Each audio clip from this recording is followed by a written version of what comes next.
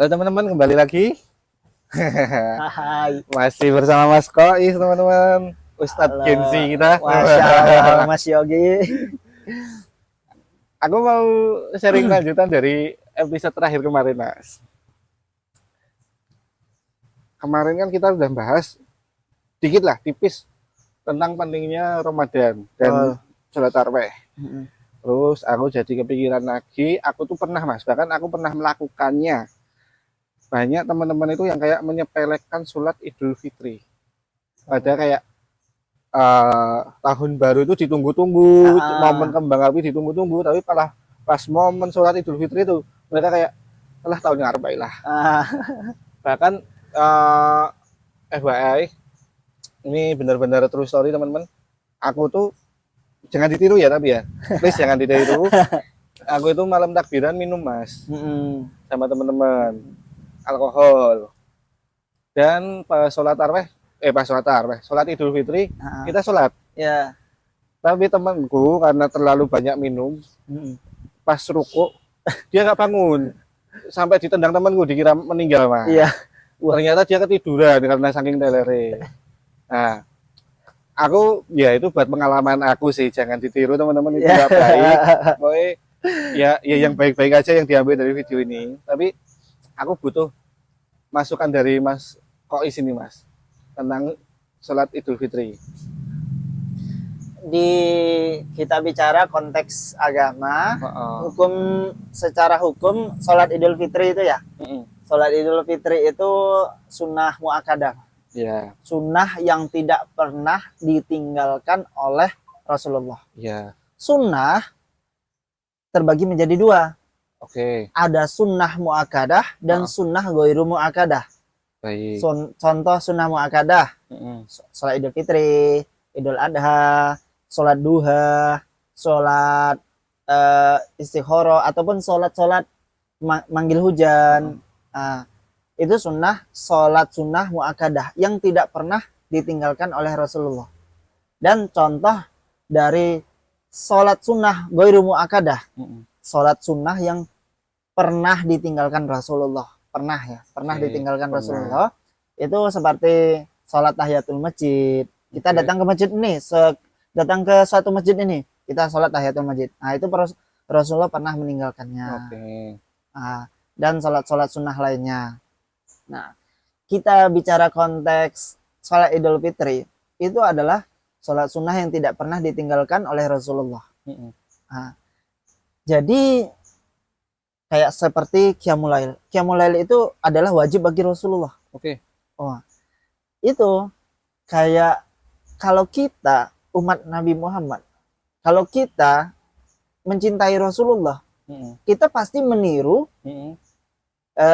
kegiatan-kegiatannya. Layaknya kita menyukai atau ngefans sama artis atau Iya, idola betul. kita lah. Kita meniru kegiatannya. Heeh. Nah, begitu juga layaknya lah seperti kita, Rasulullah itu nggak pernah meninggalkan sholat Idul Fitri ataupun Idul Adha. Seharusnya kita juga harus tidak pernah meninggalkan sholat itu. Dan karena misalnya malam ke-30-nya itu kan udah nggak bulan Ramadan lagi. Iya, Habis betul, maghrib gitu betul. kan, Heeh. azan itu udah nggak masuk bulan Ramadan. Wah, aku Takbiran ya, bebas ini. heeh, takbiran Aku bebas. wah, aku bebas ini maksudnya dia setannya enggak gimana? Eh, maksudnya bebas itu dalam artian ya kamu udah nol nih. Heeh. Kamu udah nol, kamu udah banyak ibaratnya pahala. Jangan dibuka lembaran baru ibaratnya itu. Iya, Layaknya betul. tahun baru kita istimewa nih malam tahun baru, Heeh. buka lembaran baru. Ah, harapannya itu di lembaran barunya kita, ibarat Idul Fitrinya kita, jangan sampai dimulai dengan keburukan. Uh, seperti masnya tadi tidak baik dicontoh Iya, ya. jangan dicontoh. Mabuk malamnya, malam takbiran, Allahu Akbar, tangan kirinya minum ini, oh mendem ini. Allah sambil takbiran ada juga mas, tapi Nek di sini tuh bukan di sini, sorry, salah ngomong. Nek di teman-teman aku ya, Mas ya. Teman-teman aku dulu itu sore ke malam itu masih takbiran, Mas. ya Tapi kan biar mereka kayak malam masih berenergi tau. Iya, Kayak wah habis puasa sebulan full iya. lemes, malamnya full energi, Heeh. bingung mau ngopo. Heeh. Nah, ulang biasanya ke situ. Heeh. Jadi kayak anak muda ini kan Nah, energik nih, sholat energik, ngapain energik, bahkan ngelakukan keburukan energik. Jadi jika ada waktu luang, jika atau ada waktu luas, ibaratnya waktu yang nggak kamu sibuk, gabut nih, mau ngapain ini? Untuk teman-teman semuanya, jika ada waktu yang luang, silahkan gunakan waktu itu dengan kegiatan positif ataupun mubah. Oke. Mubah seperti main game lah, Betul. ibaratnya. Jangan terpikir ataupun mencari kemudaratan, keburukan. Karena anak muda, jika waktu kosongnya tidak digunakan untuk kebaikan, pasti akan digunakan untuk Hal-hal buruk.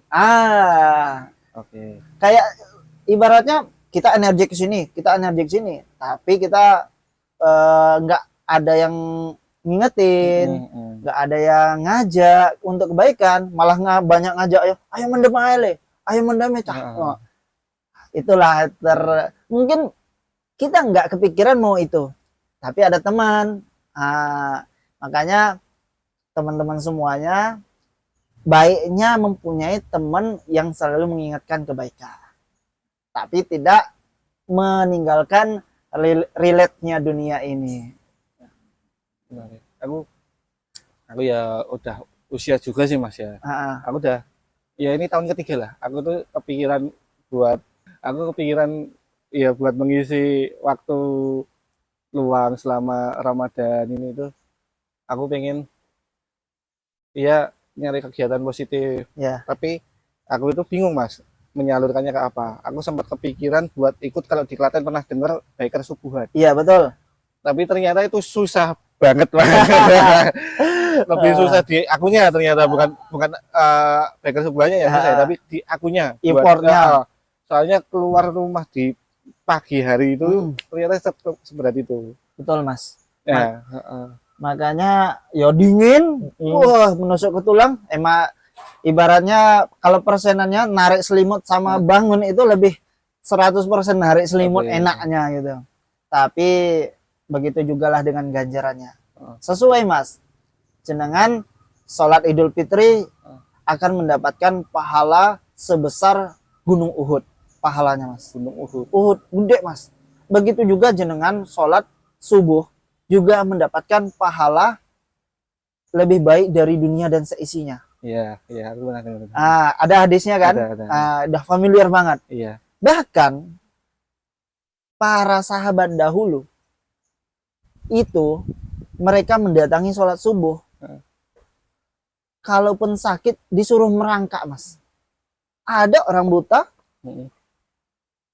sahabat Rasulullah jauh dari masjid, dia disuruh ke masjid sama Rasulullah. Iya sih. Iya. Namanya aduh aku lupa juga, bin Maktum dia pokoknya, agak lupa. Jadi ibadah itu ada konteksnya Mas. Seperti kamu beribadah di sini pahalanya lebih gede, kamu beribadah di waktu ini pahalanya lebih gede juga. Kayak ada momen-momen menarik.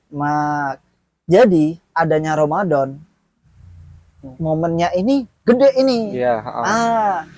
Kamu sujud di Klaten, sholat di Klaten, bedanya sama sujud ataupun sholat di Masjidil Haram, beda nggak? Iya betul. Secara euforia beda. Secara pahala juga beda. Karena effortnya aja juga udah beda. Gitu. Jadi kita beribadah dilihat dari niat dan effortnya ya. Iya betul. Betul sih. Kalau ini Mas, ya saran atau rekomendasi kegiatan positif selama Ramadan? Kegiatan positif di bulan Ramadan itu sebenarnya banyak. Tapi kita lebih ke apa ya? Boleh satu lagi. Mencari teman yang mau diajak untuk begitu. Untuk diajak kajian. Pertama yang dilakukan itu, langkah pertama Mas. Jangan mulai sendiri. Kalau kita mulai sendiri, takutnya, khawatirnya capek di tengah jalan, nggak ada yang ngajak lagi. Betul. Ya ibaratnya dalam Islam itu istiqomah. Mm-mm. Makanya ajak teman dulu, siapa yang mau share aja, ada yang mau ikut nggak, ada yang mau join nggak gitu, boleh. Yang kalau nggak mau ataupun nggak ada yang gubris ya terserah gitu, jangan masukin hati. Kalau ada yang mau ya wes gas kita bareng gitu. Kalau seperti untuk kegiatan-kegiatan positif di bulan Ramadan, khususnya di tempat saya, di sana itu ada pengajian sebelum buka, pengajian sebelum iftar. Mas, Oke. pengajian ya keimanan, kayak kita kan mencari kegiatan-kegiatan positifnya itu ketika dari pagi ya sampai sebelum iftar gitu kan. Betul. Itu bolehlah kita